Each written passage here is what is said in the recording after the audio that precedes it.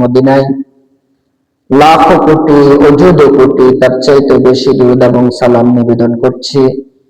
প্রতিনিয়তই আমরা দুরূদ প্রেরণ করি, আবার আমরা সকলে পড়ছি সাল্লাল্লাহু আলাইহি ওয়াসাল্লাম, আল্লাহুম্মা সাল্লিম ওয়া সাল্লিম ওয়া বারিক আলাইহি। রব্বুল আলামিনের কাছে সমস্ত আম্বিয়া আলাইহিস সালাম, আইম্মায়ে মুজতাহিদিন, সালফে সালেহিন, নেককার মুমিন মুমিনাত, বিশেষ করে আমাদের পিতামাতা দুজন বা একজন, প্রিয়জন আপনজন দূরে কাছে যারা যেখানে কবরবাসী হয়ে আছেন, সকলের জন্য আল্লাহ রাব্বুল আলামিনের কাছে মাগফিরাতের প্রার্থনা করি। আল্লাহ যাতে তাদের কবরকে জান্নাতের বাগান হিসেবে কবুল করেন। মুআজ্জাজ হাজিরিন, হযরত উলামা ইকরাম, সম্মানিত মুসল্লিয়ান আযম, প্রিয় বাজার ব্যবসায়ী বৃন্দ, কুরআনুল কারীমের সূরা ইসরা এর প্রথম আয়াতে কারিমা থেকে গত কয়েক জুমা ধরে আমরা আলোচনা শুনে আসছিলাম। সে ধারাবাহিকতায় আজ আয়াতের সাথে একটি হাদিস মুবারাকার অংশ বিশেষ আপনাদের সামনে পাঠ করা হয়েছে। আল্লাহ রাব্বুল আলামিনের কাছে সাহায্য চাই, আপনাদেরও সহযোগিতা চাই। পঠিত আয়াত এবং হাদিসের আলোকে আজকের জুমার জন্য নির্ধারিত আলোচনা আমরা করার চেষ্টা করছি। আল্লাহ রাব্বুল আলামিন আমাদেরকে শোনার এবং শুনে আমল করার তৌফিক দান করুন। মুআজ্জাজ হাজিরিন, পবিত্র রজব মাস, আল্লাহর মাস, পবিত্র রজব মাস বীজ বপন করার মাস, আমলের বীজ বপন করার মাস। শাবান মাস সার ওষুধ প্রয়োগের মাস এবং রমজান মাস ফসল কাটার মাস। রজব মাস হারাম মাসগুলোর মধ্যে অন্যতম একটা মাস। রজব মাস আসলেই নবী করিম সাল্লাল্লাহু আলাইহি ওয়াসাল্লাম দোয়া পড়া শুরু করতেন। আমরা সুন্নাত হিসেবে সেই দোয়া আমরাও পড়ি, আল্লাহুম্মা বারিক লানা ফি রজব ওয়া শাবান ওয়া বাল্লিগনা রমাজান। রব্বুল আলামিন, আপনি আমাদেরকে রজব এবং শাবানে যাবতীয় বিষয়ে আপনার পক্ষ থেকে বারাকা দান করেন এবং আমাদেরকে আপনি দয়া করে বরকতের মাস, রহমতের মাস, নাজাতের মাস রমজান পর্যন্ত আমাদেরকে পৌঁছিয়ে দিয়েন। আমিন ইয়া রাব্বাল আলামিন। সে ধারাবাহিকতায় আজকেও আমরা মেরাজের আলোচনাতেই থাকবো। মুআজ্জাজ হাজিরিন, গত জুমার যে জায়গায় পর্যন্ত আমরা আলোচনায় এসেছি যে আল্লাহ সুবহানাহু ওয়া তাআলা তার প্যারা হাবিব মুহাম্মদ মুস্তাফা সাল্লাল্লাহু আলাইহি ওয়াসাল্লামকে মক্কাতুল মুকাররমা মসজিদে হারাম থেকে মসজিদে আকসা পর্যন্ত ইসরা করিয়েছেন। অতঃপর মসজিদে আকসা থেকে আল্লাহ রাব্বুল আলামিন 7 আসমান 7 মহাশূন্য পাড়ি দিয়ে সিদরাতুল মুনতাহা পাড়ি দিয়ে আল্লাহ রাব্বুল আলামিন তার প্যারা নবী সাল্লাল্লাহু আলাইহি সাল্লামের সাথে একত্রিত হয়েছেন, সাক্ষাৎ করেছেন এবং রাসূল করিম সাল্লাল্লাহু আলাইহি ওয়াসাল্লামকে অগণিত বিষয়াবলী, সৃষ্টি জগতের অনেক নিদর্শন আয়াতগুলো দেখিয়েছেন জিবরাইল আলাইহিস সালাম এবং আল্লাহ রাব্বুল আলামিনের পক্ষ থেকে গুরুত্বপূর্ণ পয়গাম এবং বিষয়াবলী নিয়ে নবী করিম সাল্লাল্লাহু আলাইহি ওয়াসাল্লাম মেরাজের প্রায় সমাপ্তির দিকে চলে এসেছেন। সেই ধারাবাহিকতায় আমরা আলোচনা করছিলাম আল্লাহর পক্ষ থেকে নবী করিম সাল্লাল্লাহু আলাইহি ওয়াসাল্লাম সূরা ইসরা এর মধ্যে 14টা বিষয়াবলী নিয়ে এসেছেন আল্লাহর পক্ষ থেকে। এর প্রথমে, মাঝখানে এবং শেষে আরো কিছু বিশেষ পুরস্কার আল্লাহ নবী সাল্লাল্লাহু আলাইহি ওয়াসাল্লাম নিয়ে এসেছেন। আমাদের দেশে কিছু পীর ফকির, বিভিন্ন মাজারের লোকজন একটা কথা বলে যে আল্লাহর সাথে এবং রাসূল করিম সাল্লাল্লাহু আলাইহি ওয়াসাল্লামের সাথে মেরাজে এমন কিছু গোপন কথা আলোচনা হয়েছে যেগুলো কোরআনেও নাই, হাদিসেও নেই। দেশের সাধারণ মানুষ একথা শুনে খুব বিশ্বাস করে যে আমার মনে হইতেছে পীর ফকিরেরা খুব অনেক কিছু জানে যেগুলো কোরআন হাদিসে নাই, এগুলো পীর ফকিরেরা বলে। এই কথা চিন্তা করে না যে যে কথাটা কোরআনে নাই, যে কথাটা হাদিসে নাই, এই কথাটা পীর ফকিরেরা পায় কোত্থেকে। ওলামা ইকরাম বলেন এগুলো শয়তান তাদেরকে শিক্ষা দেয়, এছাড়া তো আর কোনো উপায় নাই। যে কথাগুলো পীর ফকিরেরা বলে তোর মধ্যে একটা কথা বলে যে কোন ইমানদারই জাহান্নামে যাবে না। নবী করিম সাল্লাল্লাহু আলাইহি ওয়াসাল্লামের প্রতি যারা বিশ্বাস করে, আল্লাহর প্রতি যারা বিশ্বাস করে, ইমানদার বলতে আমরা যাদেরকে বুঝাই, এরা কেউ জাহান্নামে যাবে না, এরা সবাই জান্নাতে যাবে। সাধারণ মানুষ তো জান্নাতের পাগল, জান্নাতের কথা শুনলেই মানুষ সেদিকে ছুটে আসে। রাসূল করিম সাল্লাল্লাহু আলাইহি ওয়াসাল্লামের সাথে আল্লাহর সাথে এরকম কি কথা হয়েছে, এই কথাটুকুন হাদিসে মুবারাকার মধ্যে আছে, যা আমরা পাঠ করেছি। গত জুমার শেষে আমরা কিয়াদংশ আলোচনা করেছি। ইমানদাররা জান্নাতে যাবে এই কথা ঠিক, তবে এখানে এই কথা শেষ নয়, আরো কিছু কথা আছে, কিন্তু আছে। হাদিসের মধ্যে আল্লাহর নবী সাল্লাল্লাহু আলাইহি ওয়াসাল্লাম বলেন কুল্লু উম্মতি ইয়াদখুলুনাল জান্নাহ, আমার সব উম্মত জান্নাতে যাবে। এখানে হাদিস শেষ নয়, হাদিসের আরো সামনে কিছু অংশ আছে। আমাদের দেশের পীর ফকিরেরা উপরের অংশটা আর বলে না, তবে এই পরে কি কথা আছে সেই কথাটা আর বলে না।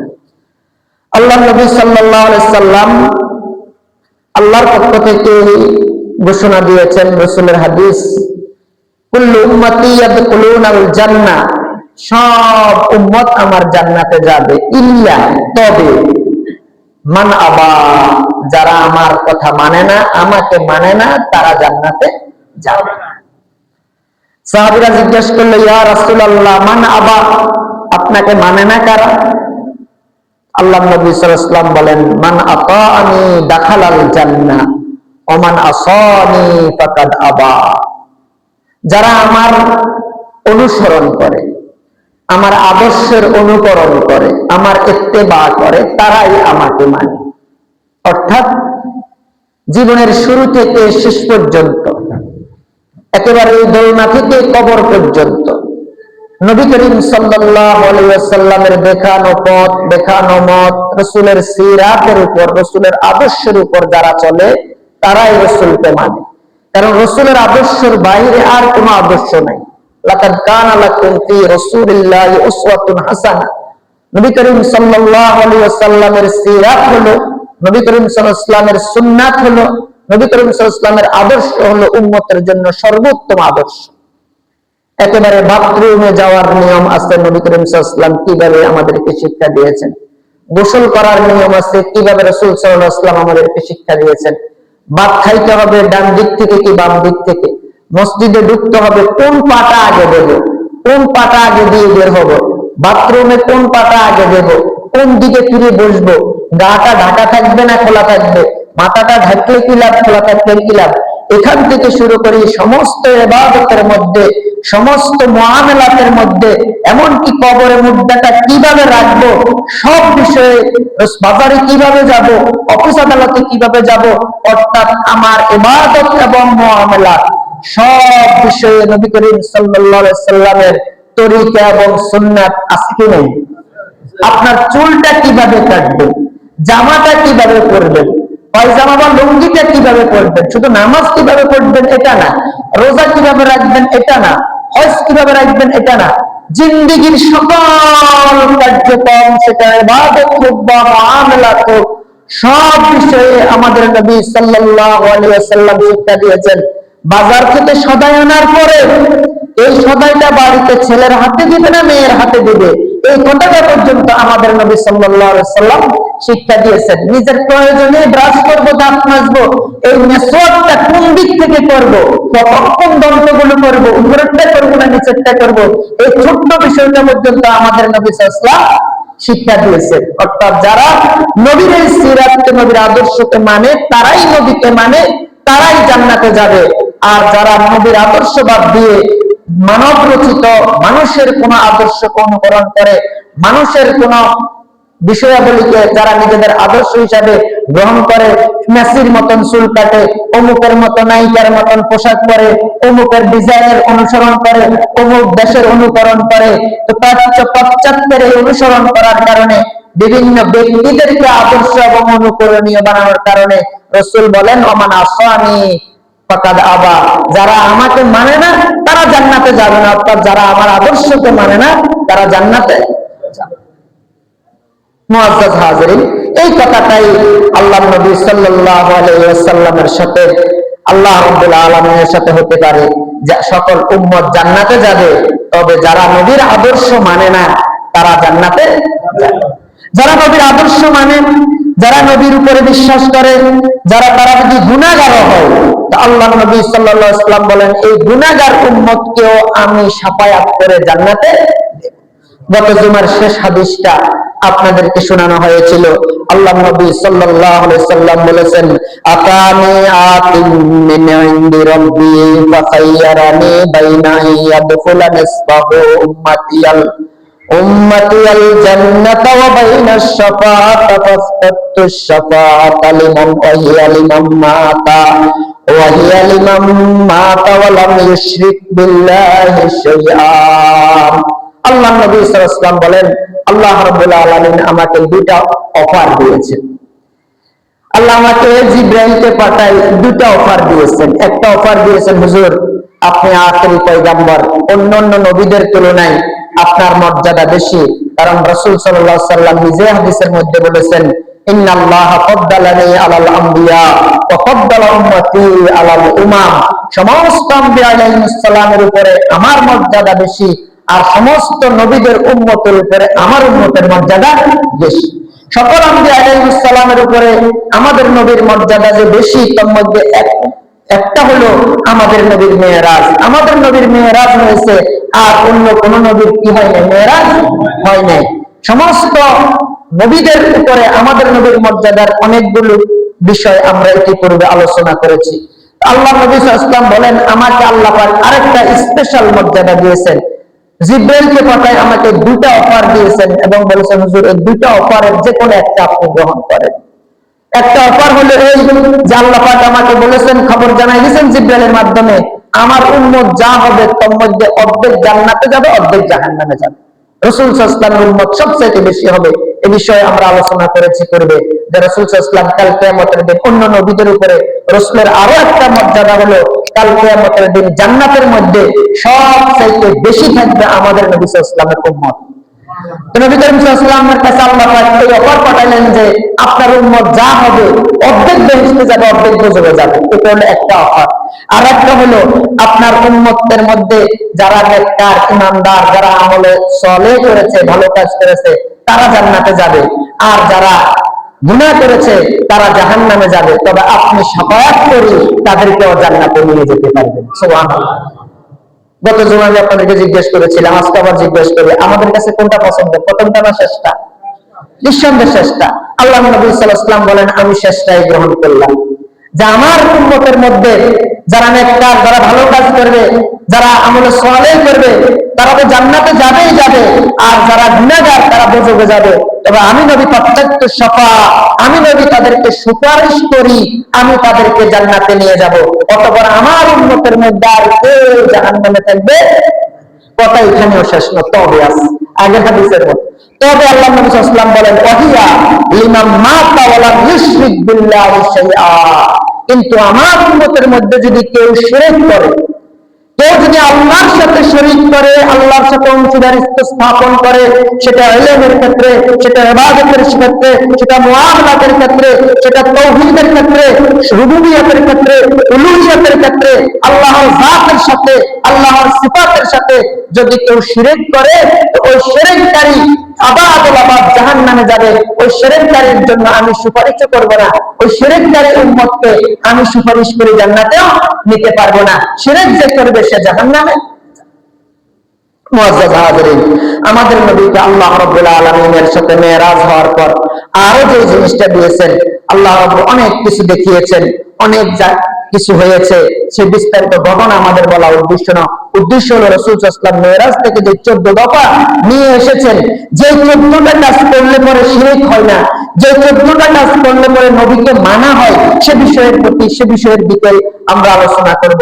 আরেকটা বিশেষ উপহার দিয়েছেন আল্লাহ নবী সাল্লাল্লাহু আলাইহি ওয়াসাল্লামকে আল্লাহ রাব্বুল আলামিন বলেছেন ও হাবিব, আপনি তো জীবনে একবার আমার সাথে আরশা যিনি এসে 7 আসমান 7 মহাশূন্য পাড়ি দিয়ে মেরাজ করেছেন। রাসূল সাল্লাল্লাহু আলাইহি ওয়াসাল্লাম একটা মনোক্ষুণ্ণ ছিলেন, উম্মতের জন্য রাসূল সাল্লাল্লাহু আলাইহি ওয়াসাল্লামের পেরেশানি ছিল যে আমার উম্মত তো কখনো আল্লাহর সাথে সাক্ষাৎ করতে পারবে না, আমার উম্মত তো কখনো আল্লাহর সাথে মেরাজ করতে পারবে না। তো আল্লাহ রাব্বুল আলামিন বন্ধুর দুঃখের কথা তো বন্ধু বুঝেন, বন্ধুকে সান্ত্বনা দেওয়ার জন্য আল্লাহ রাব্বুল আলামিন রাসূল সাল্লাল্লাহু আলাইহি ওয়াসাল্লামকে বলেছেন, আপনার উম্মতের জন্য 5 ওয়াক্ত নামাজ দিলাম। as-সালাতু মিরাজুল মুমিনিন, নামাজটা মুমিনের জন্য মেরাজ হবে। আপনাকে 50 ওয়াক্ত নামাজ দিয়ে দিলাম, আপনার উম্মত দুনিয়াতে থেকে জমিনে থেকে আমি আল্লাহর সাথে দৈনিক মেরাজ করবে 50 বার। রাসূল সাল্লাল্লাহু আলাইহি ওয়াসাল্লাম খুব খুশি হয়ে গেলেন, আমি জীবনে একবার মেরাজ করেছি। রাসূল সাল্লাল্লাহু আলাইহি ওয়াসাল্লামের কাছে বললেন যে আমি একবার মেরাজ করেছি, তাওরাতের কিছু অংশে, শেষ ভাগের কিছু অংশে আল্লাহর কাছে এসে আমার নবী আমার উম্মত দৈনিক 50 বার আল্লাহর সাথে সাক্ষাৎ করবে, আল্লাহর সাথে মেরাজ করবে। এটা তো একটা ভালো সংবাদ। নবী করিম সাল্লাল্লাহু আলাইহি ওয়াসাল্লাম 50 ওয়াক্ত নামাজ নিয়ে ফিরে আসলেন। প্রতিমধ্যে কোন এক আসমানে হযরতে মূসা আলাইহিস সালাতু ওয়াস সালামের সাথে সাক্ষাৎ হয়েছে। হযরতে মূসা আলাইহিস সালাতু ওয়াস সালামের সাথে সাক্ষাৎ হওয়ার পরে মূসা আলাইহিস সালাম আমাদের নবীকে বলছেন, কি পয়গম্বর, খুব খুশি খুশি মনে হচ্ছে, আপনাকে আল্লাহ রাব্বুল আলামিন হাদিয়া হিসেবে কি দিয়েছেন? তো রাসূল করিম সাল্লাল্লাহু আলাইহি ওয়াসাল্লাম বলেন, আল্লাহ রাব্বুল আলামিন আমার প্রতি বড় দয়া করেছেন, বড় মেহেরবানি করেছেন আমার উম্মতের প্রতি। আমার উম্মতের জন্য 50 ওয়াক্ত নামাজ দিয়েছে। আমি আল্লাহর সাথে জীবনে একবার মেরাজ করেছি, আর আমার উম্মত দুনিয়াতে থেকেই 50 বার দৈনিক মেরাজ করবে, সাক্ষাৎ করবে। এর চাইতে বড় সৌভাগ্যবান হয় নাকি? আমি এটা আনন্দের চিত্তে খুশি হয়ে আমি নিয়ে এসেছি। মূসা আলাইহিস সালাম বললেন, নবী, দুনিয়ার ঝামেলা আপনার আগে আমি চুকাইছি, আমি দুনিয়াতে আপনার আগেই ছিলাম। আপনার উম্মত আমার উম্মতের কথা বনে ইসরাইলের কথা এরপরেই বলছে, এই আয়াতের পরের আয়াতে বনে ইসরাইলের কথা বলছে, ওয়া আতাইনা মূসাল কিতাবা ওয়া জাআলনা হুদাল লিবানি ইসরাইল।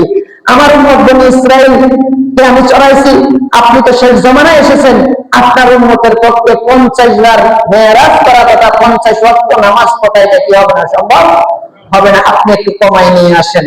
রাসূল সাল্লাল্লাহু আলাইহি ওয়াসাল্লাম আবার আল্লাহর কাছে গেলেন, প্রার্থনা করলেন, তো আল্লাহ রাব্বুল আলামিন 5 ওয়াক্ত নামাজ কমাই দিলেন। 50 থেকে 5 ওয়াক্ত গেলে আর কত থাকে? 45 ওয়াক্ত নামাজ নিয়ে যখন আসলেন, মূসা আলাইহিস সালাম জিজ্ঞেস করলেন, কতটুকু কমাইলেন? বলে যে 5 ওয়াক্ত কমাইছে। বলে আপনি আবার যান, আরো কমাই নিয়ে আসেন। রাসূল সাল্লাল্লাহু আলাইহি ওয়াসাল্লাম আবার গেলেন, আল্লাহ পাক আবার 5 ওয়াক্ত কমাইলেন। হাদিসের মধ্যে আছে এইভাবে আল্লাহর নবী সাল্লাল্লাহু আলাইহি ওয়াসাল্লাম 9 বার মূসা আলাইহিস সালামের অনুরোধের কারণে আল্লাহর কাছে গিয়েছিলেন। প্রত্যেকবার আল্লাহ রাব্বুল আলামিন 5 ওয়াক্ত করে নামাজ কমাই দিলেন। 9 বারে 5 9 45 ওয়াক্ত নামাজ কমাই দেওয়ার পরে মূসা আলাইহিস সালাম বলেন না,